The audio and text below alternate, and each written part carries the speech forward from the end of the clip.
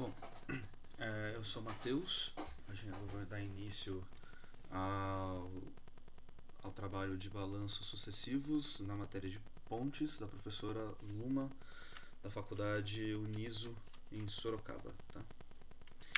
Mas o que são, de fato, os balanços sucessivos? Os balanços sucessivos ele é uma técnica para se construir pontes e viadutos em concreto e é caracterizado pela execução de vãos em partes, que são chamadas azaduelas. O processo ele envolve a concretagem, a montagem de um segmento, que é a duela, seguido pelo deslocamento de um equipamento móvel, que são as treliças metálicas, para a posição de avançar para o próximo segmento. Então, esse aqui é um exemplo das aduelas e das treliças, onde a gente vai ter, nesse caso, nessa ponte aqui, um balanço sucessivo para que se consiga vencer o vão desejado.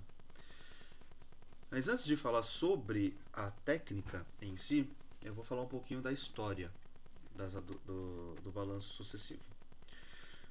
É uma técnica que foi criada no Brasil pelo engenheiro Emílio Henrique Baumgart, que ele aplicou pela primeira vez na ponte Emílio Baumgart sobre o rio Peixe, em Santa Catarina, no ano de 1930.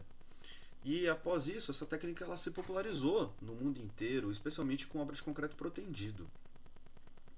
E com o passar dos anos, as aduelas passaram a ser de 3 a 6 metros, né, ganhando maiores distâncias entre os vãos. E essas aduelas também passaram a ser mais pesadas, né, de 100 a 200 toneladas também, dando também maior resistência, principalmente para suportar os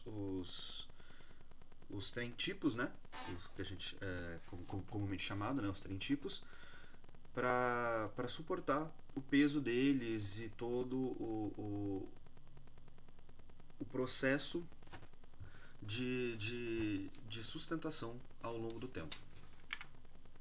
Então aqui é uma imagem que eu peguei da ponte que passa sobre o rio Peixes, né?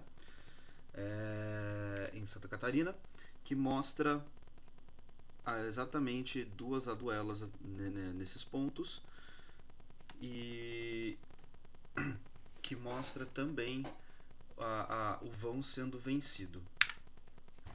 Mas quando se utiliza essa técnica do balanço sucessivo? Ela é uma técnica utilizada para vencer vãos que apresentam algum tipo de impeditivo, para que você tenha um escoramento adequado, que não consiga se ter um escoramento adequado, na verdade. Dentre esses impeditivos estão rios, lagos, rodovias e ciladeiros que impedem o escoramento de ser realizado.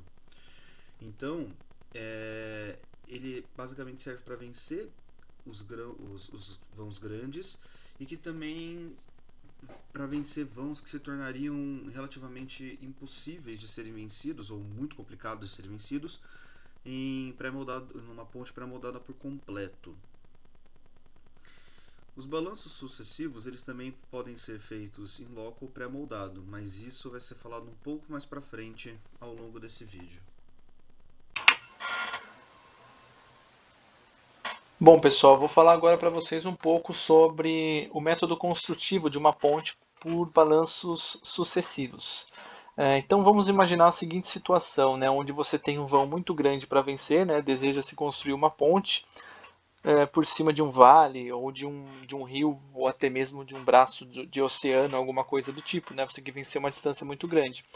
E o primeiro problema que você vai se deparar aí com o escoramento da estrutura que precisa vencer esse vão, né? Vai ser praticamente inviável fazer esse escoramento. Então, o balanço sucessivo se mostra uma alternativa eficaz nessa situação, onde é possível você ir construindo por partes, né, essa ponte meio que de dentro para fora. Eu vou explicar para vocês agora como isso daqui é feito. Esse procedimento vai ter início já com a colocação dos pilares, né? Imagina que a gente já está com os pilares posicionados, como nessa primeira imagem aí à esquerda de vocês. Os pilares já estão fixados, já foi feita a ensicadeira, já veio ali, já trabalhou na fundação. Você já está com os arranques tudo bem posicionado ali, o coroamento pronto para receber a estrutura. Então tem início a construção da ponte nos dois sentidos. de cada um dos pilares, né? Isso para manter a inércia, manter tudo no lugar, como vocês bem sabem. Então essa construção é feita simultaneamente para os dois lados em sentido do próximo pilar, tá? Com isso, a gente consegue ir vencendo esse vão aos poucos, tá? Em cada seção de pilar. A gente sempre constrói da borda para o centro, tá? E como que é feita essa construção? Essas lajes, né, que vão chegar até o próximo pilar, elas são concretadas já e os cabos de proteção já estão ali posicionados, tá? Isso é feito gradativamente de modo que você consegue manter o equilíbrio da estrutura, né? Porque pensa comigo, você tem um pilar, você vai posicionar uma laje em cima dele, uma para cada lado. Você não tem viga, você não tem nada, então você faz essa proteção, vem construindo a laje e enche tudo de uma vez só. Aí você vai conseguindo se aproximar do próximo apoio, que é o pilar seguinte, e assim por diante. Só que ao mesmo tempo que você está construindo em um pilar, você também já está construindo no outro. E com isso, você consegue ir dando formato à ponte e que te possibilita vencer grandes vãos e economizar aí no escoramento, que no meu ponto de vista seria inviável a depender do vão e da distância que você precisa vencer e principalmente se é um vale, se é um oceano ou se é um rio. Bom, pessoal, dando continuidade ao trabalho, vou estar falando sobre as principais vantagens e desvantagens desse método de ponte, né? Então, os balanços sucessíveis, ele não precisa de escoramento complexo, por isso que ele é ideal para os locais com obstáculos que permitem a instalação de escoramentos tradicionais, como rios ou vãos grandes. Então, aí a gente tem uma foto da ponte Rio-Niterói, no Rio de Janeiro. E daí a vantagem disso é que tanto os barcos, trens, carros, eles conseguem fazer o mesmo percurso, né, trajeto, sem ter essa interferência de escoramento, né, além da preservação do ambiente. Outra vantagem é no controle de processo. Então, ele permite construir a superestrutura por partes, oferecendo maior controle sobre a qualidade e o processo de execução, especialmente em concreto protendido. Essa aí é em Cuiabá, no Rio Cuiabá, no Mato Grosso. E assim, como ela vai fazendo esse controle por parte, né, aos pouquinhos, então não vai ter nenhum problema se todos os cálculos estiverem certos, se a execução estiver certa, sabe? Ele permite você ter esse maior controle do que está acontecendo, né? Porque se acontecer algum erro estrutural, alguma coisa desse tipo, vai acabar comprometendo a estrutura, né? Então, quando eu tenho essas aduelas pré-moldadas ou moldadas no local, ela acaba oferecendo essa maior flexibilidade tanto na escolha dos materiais e no método de construção. Então, nessa foto aqui da rodovia dos imigrantes, você pode ver que ela tem muita também flexibilidade, né? Tem uma gama de materiais aí na método de construção, então tem ali os rolamentos, mas nem tudo também são flores, né? Desse método de construção de ponte, por causa que ele pode ter as desvantagens, né? Então, como ele vai indo aos pouquinhos, esse tempo de construção, apesar de ser um processo padronizado e tudo mais, ele pode demorar em relação aos outros métodos, por causa que como tem todo um equipamento de preparo, né?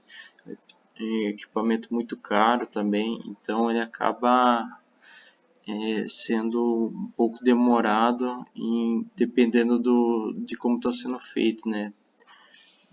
Por exemplo, cheio de curvas, né? Então pode acabar demorando. O custo inicial também entra como uma desvantagem, porque como são equipamentos caros e específicos, ele acaba prejudicando, né, esse orçamento inicial aí, que pode acabar aumentando o custo do projeto. Além disso, a manutenção especializada, como é um processo que vai acontecer aos poucos, e são materiais específicos, são equipamentos específicos, Então você vai precisar de uma equipe especializada também. Então isso acaba sendo uma desvantagem, né? Porque também vai entrar nessa questão de custo. Você vai estar pagando uma mão de obra especializada, né? Então eu queria agradecer ao pessoal que acompanhou, porque tem sim as suas vantagens esse método de construção. Fica uma estrutura bem esbelta, fica uma coisa bem bonita, né? Mas ele também possui as suas dificuldades, né? Mas eu queria agradecer a todos pela atenção e é isso.